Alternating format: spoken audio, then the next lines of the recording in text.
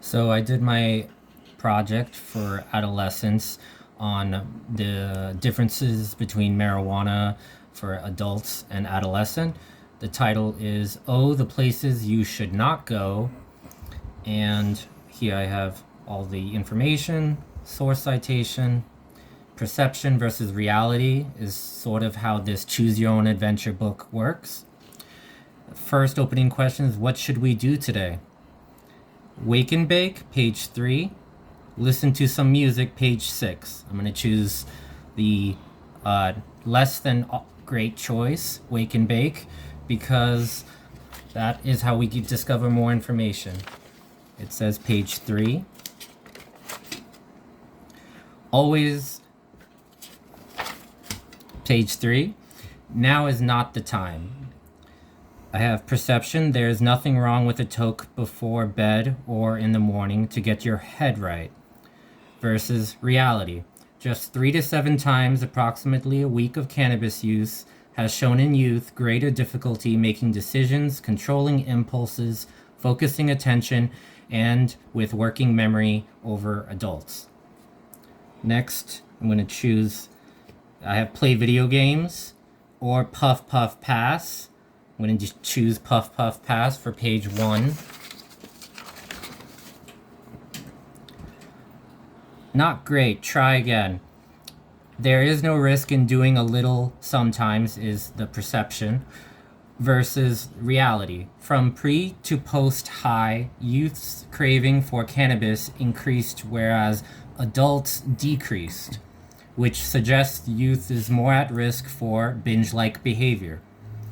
Another reality, casual users, youth, showed greater alertness and less memory impairment than adults when high, but displayed greater learning impairment and risk. This suggests youth having increased resistance to cannabis effects while high.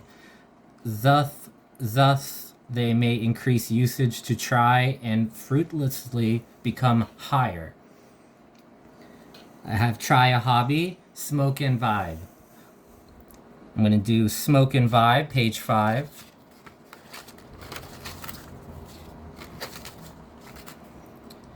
You have more potential.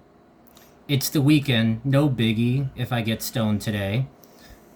That's perception versus reality. More so than adults, youth has been shown to be negatively impacted in both cognitive functioning and structural changes in the brain. Increased usage linked to greater problems. Then we have smoke, study, chill, or hone your skills. Page 4 is smoke, study, chill. You are not doing yourself any favors. You would think weed and studying don't go, but it helps me focus on it. Plus, it helps with stress from studying for a big test. That's perception for adolescents versus the reality, which is earlier use of cannabis and higher repeated use has been linked for a potential lower IQ and reduced capability for learning over adults. I have smoke before bed, page 3, which again is one of the ones we've already gone over, and practicing art for page 6. Now, instead of practicing art, which is the end, I'm going to go to the other page, which is page 2. So if you had chosen one of these as a choice, that would have shown you some good alternatives. Always a good choice. It's not a big deal. I can quit whenever. Versus even after youth received treatment for cannabis use disorder, they showed a greater bias to choose cannabis as a monetary reward over money and all others than adults did. This suggests that any other positive rewards will not produce the same amount of joy or satisfaction for youths. And I'm going to go to stimulate your mind or veg out on the couch.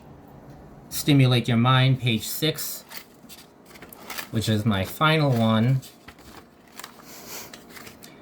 And this having creativity is food for the mind, relax in a healthier way with music, and a good way to challenge yourself with video games. These are all better alternatives and choices to smoking marijuana or using cannabis, and it is a wise decision. And here I am ending with my references.